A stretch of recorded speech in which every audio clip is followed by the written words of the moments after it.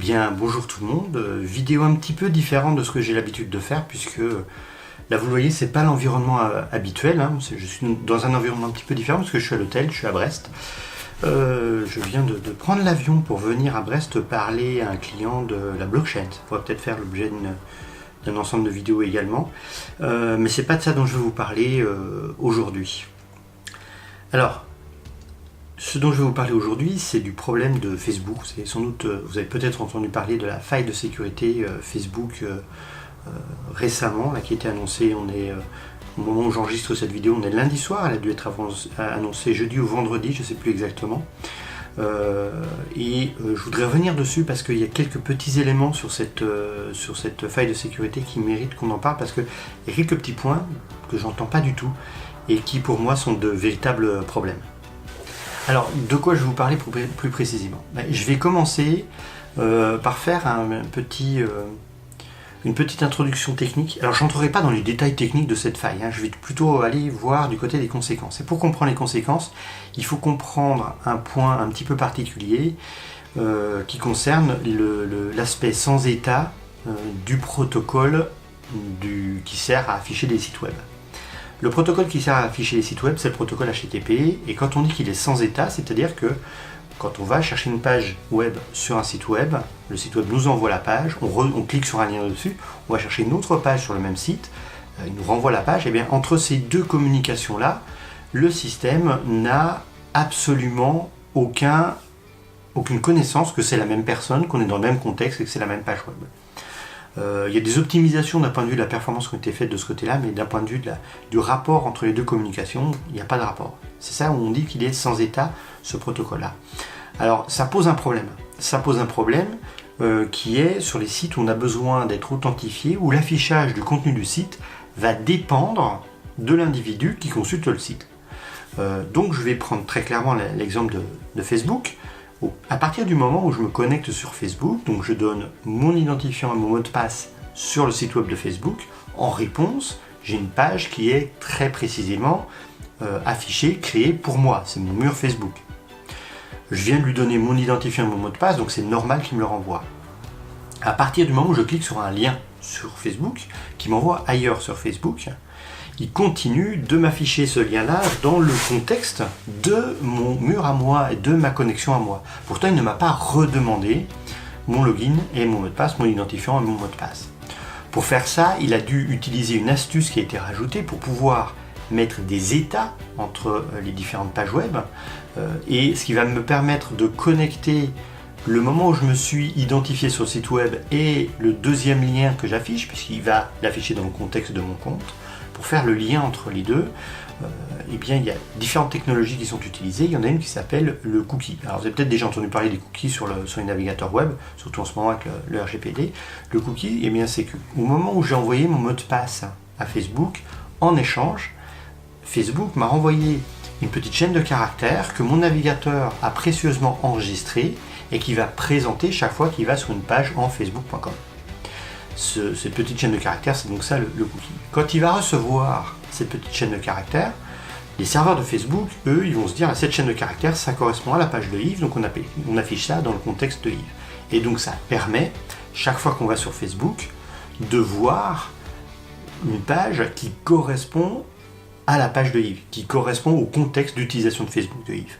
Donc ça, c'est une première méthode que l'on a. Cette méthode, elle marche bien, et là, pour des raisons de sécurité, un certain nombre de limitations, c'est que notamment elle ne marchera que quand on est sur facebook.com et pas ailleurs. Seulement, assez régulièrement, on va afficher des choses qui sont en dehors du contexte de Facebook. Alors une page web, ça peut être assez complexe, hein, ça peut être composé de plein d'éléments, et il peut y avoir des éléments qui viennent d'autres domaines, toujours dans le contexte de ma page. Donc pour pouvoir conserver ce contexte-là, ce qu'on va faire, c'est qu'on va rajouter un autre élément qui permet de faire le lien, qui permet de mettre des états dans le protocole. Et on va tout de suite tomber sur quelque chose qui s'appelle un token, c'est un jeton qui va être envoyé. Alors de la même manière que le serveur de Facebook m'envoie une chaîne de caractères qui est associée à mon compte, ils vont générer chez eux en interne une chaîne de caractères qu'on va appeler un token, un jeton, et qui va être associé à mon compte aussi. Et puis quand je clique sur une page de Facebook qui m'envoie sur un autre site de Facebook, mais pas dans le domaine facebook.com, ce qui va se passer, c'est que ce jeton-là va être transmis, et il va être transmis pour permettre l'identification du fait que c'est Yves. Alors je ne sais pas si techniquement ils l'utilisent comme ça chez eux, mais techniquement c'est quelque chose qu'on peut utiliser comme ça. Alors, dans quel cas ça va être utilisé? Eh bien ça va être utilisé dans le cas où on va utiliser, par exemple, en tout cas pour moi c'est le plus gros point que je vois aujourd'hui, le plus gros problème que je vois aujourd'hui, quand on va sur un site web et ce site web nous propose de nous identifier sans avoir à créer de compte, sans avoir à créer un mot de passe, tout simplement en appuyant sur le bouton, je m'identifie avec mon compte Facebook. Et là qu'est-ce qui va se passer? Ce site-là va alors me renvoyer sur Facebook. Facebook va demander est-ce que tu es d'accord pour donner tes identifications à ce site en question, et à partir du moment où je clique OK, le site en question transmet ce fameux token, ce fameux jeton au site en question. Et à partir de ce moment-là, eh bien, le site en question, c'est qu'on a accès à nos informations via Facebook. C'est extrêmement pratique, ça c'est clair et net, mais ça peut poser quelques petits problèmes. Quel problème? Et bien justement, donc la semaine dernière, Facebook a découvert que depuis un petit peu plus d'un an, ils avaient un certain nombre de bugs dans leur code, dans le site web, qui permettaient à un individu donné de récupérer le token de quelqu'un d'autre. Alors je ne vais pas rentrer dans les détails de ce bug-là, de l'exploitation du bug, de à quoi ça correspond. C'est pas mon but là, je ne veux pas du tout rentrer dans les détails. Il y a 3 bugs qui, mis ensemble, permettent de récupérer le token de quelqu'un d'autre. Je ne veux surtout pas rentrer dans ces détails-là. Par contre, quelles sont les conséquences? Eh bien, les conséquences, c'est que à partir du moment où je récupère le token de quelqu'un, en réalité, je vais pouvoir me connecter sur Facebook sous l'identité de ce quelqu'un et accéder à ses messages privés, à ses photos privées, à toutes ces informations qu'il pense être privées et n'avoir que pour lui. Donc déjà, ça c'est un premier problème. Pour corriger ça, évidemment, Facebook a réagi très très vite, puisque ça, ce bug-là, enfin ces ensembles de bugs et cette attaque-là ne fonctionnent plus depuis jeudi dernier. Mais ils ont constaté que parmi à peu près 50 millions de comptes, il y avait eu des manipulations étranges vis-à-vis des tokens. Et donc, qu'est-ce qu'ils ont fait? Et ils ont invalidé les tokens. Ça veut dire quoi d'invalider les jetons? Ça veut dire que du coup, le jeton qui était associé à l'utilisateur Yves, il est associé à plus rien du tout. Donc il n'est plus utilisable. Alors du côté de Facebook, je ne veux pas dire que le problème est résolu, parce que ça va un peu plus loin que ça. Maintenant, il faut voir quels sont les dégâts. Mais du côté de Facebook, du coup, maintenant quand on se connecte sur Facebook, on n'a plus ce risque-là. Donc quelqu'un qui se connecte sur Facebook, c'est qu'il a l'identifiant et le mot de passe. Mais ça pose quand même un problème qui est que pendant un an, il y a eu des gens qui ont pu accéder à des informations de comptes tiers sans jamais que ces comptes tiers soient au courant. Là où c'est également problématique, c'est que quand on va quelque part dans notre interface Facebook, j'utilise assez peu Facebook, donc ça, je vais avoir du mal à vous dire précisément où, mais quand on regarde dans l'interface, il y a un endroit qui nous permet de voir quelles sont les sessions ouvertes. Et quand on regarde les sessions ouvertes, en réalité, c'est quels sont les sites qui ont utilisé, ou quelles sont les adresses IP qui ont utilisé notre token. Le problème, c'est qu'ils affichent ça que s'il y a eu une utilisation supérieure à 1 heure. Et du coup, si un utilisateur est venu récupérer des informations et puis s'est déconnecté en moins d'1 heure, ça n'apparaît pas dans cette liste. Donc en tout cas, aujourd'hui, on ne sait pas vraiment qui a pu accéder à notre compte. Alors si vous avez été déconnecté de Facebook et que vous avez dû vous reconnecter, c'est à cause de ça. Maintenant, le deuxième problème, ça c'est le premier problème dont on en entend pas mal parler, donc ça va. Maintenant, le deuxième problème. Le deuxième problème qui pour moi est beaucoup plus grave, c'est par rapport à ces sites tiers qui utilisent Facebook pour identifier quelqu'un.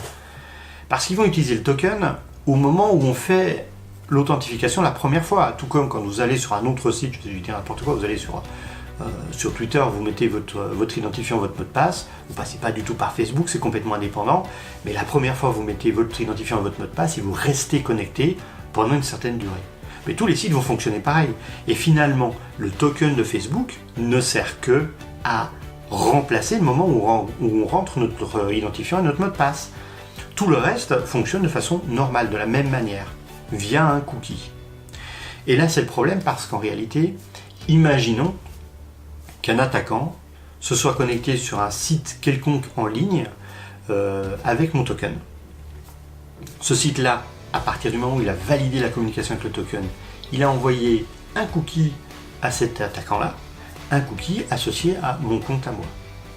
Maintenant que Facebook invalide ces tokens, c'est très bien, il faut le faire. Mais le site en question, lui, ne se sert plus du token pour le moment. Et le site en question, pour le moment, il va utiliser un cookie et va me laisser connecter sur l'ordinateur de l'attaquant.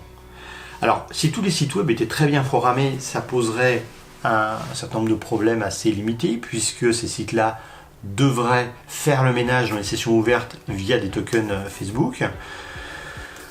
Mais ça, c'est dans un monde parfait, c'est pas tout à fait le cas aujourd'hui. Et donc ça pose un problème qui est que du coup, si jamais on a été ciblé par une attaque, et bien derrière aujourd'hui, tous les sites sur lesquels on s'est connecté en utilisant le bouton Facebook sont potentiellement vulnérables, c'est-à-dire que potentiellement un attaquant a eu accès aux données qu'on a dessus et a toujours accès aux données qu'on a dessus. Ce qui peut poser un problème quand on voit que, par exemple, sur des sites comme... Alors, il faudrait que je vérifie, mais il me semble que sur des sites comme Uber, on doit peut-être pouvoir s'authentifier avec son compte Facebook.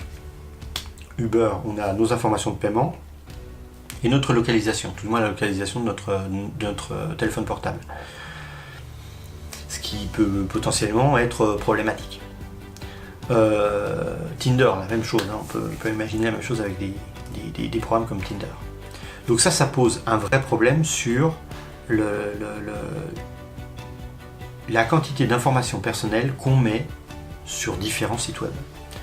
Ça c'est une chose. Maintenant, il y a des gens qui font attention et qui n'utilisent pas ce bouton se connecter avec Facebook. Devinez quoi? Potentiellement, il y a une attaque qui peut les concerner quand même, ces gens-là. L'attaque, c'est la suivante. Moi, si je n'utilise pas le bouton Facebook, je me méfie de ce bouton Facebook, parce que de considérer Facebook comme un tiers de confiance pour gérer mon identité numérique, je ne souhaite pas le faire. C'est un choix que je ne souhaite pas prendre. Eh bien, le problème qu'on va avoir, c'est qu'un attaquant, lui, peut très bien se dire, Yves, lui, prochainement, il va utiliser tel site web. Voilà. Il va vouloir se connecter dessus parce que c'est un truc qui va l'intéresser, quelle que soit la raison. Qu'est-ce qu'il va faire cet attaquant-là? À l'aide du token, il a pu très bien ouvrir une session en mon identité sur ce site-là. Mais moi, je n'étais pas connecté dessus, je n'avais pas mis d'informations dessus, donc tout va bien. À partir du moment où, a posteriori, donc plus tard, je décide d'aller découvrir ce site et que je m'inscris sur ce site, évidemment, si j'utilise le bouton se connecter avec Facebook, il va être lié avec également le compte qu'a fait l'attaquant, et puis l'attaquant a accès à mes informations personnelles. Mais je viens de dire que c'est des gens qui font attention à ne pas se connecter avec le truc Facebook partout. Donc on peut se dire, le risque finalement il est quand même ultra limité. Et bien d'après un papier qui est sorti, alors je ne sais pas quand est-ce qu'il est sorti, enfin pour Usenix, et dont je mettrai le lien dans la description. Alors attention, c'est un papier en anglais, c'est un papier universitaire, donc c'est un peu... faut se mettre dedans. Je ne l'ai pas lu dans les détails, hein, je l'ai parcouru. Et bien d'après ce papier-là, on va pouvoir constater, il y a également tout un feed Twitter là-dessus, peut-être qu'il faudrait que je mette le lien sur la discussion Twitter, le thread Twitter là-dessus. Pareil, c'est en anglais également.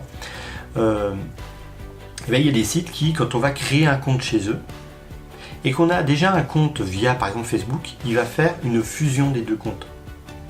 C'est-à-dire que si jamais l'attaquant s'est connecté sous mon identité avec le compte Facebook, que moi je crée ma vraie identité sur ce site-là d'une manière indépendante, quand il va se rendre compte que c'est la même personne, les deux comptes vont être fusionnés.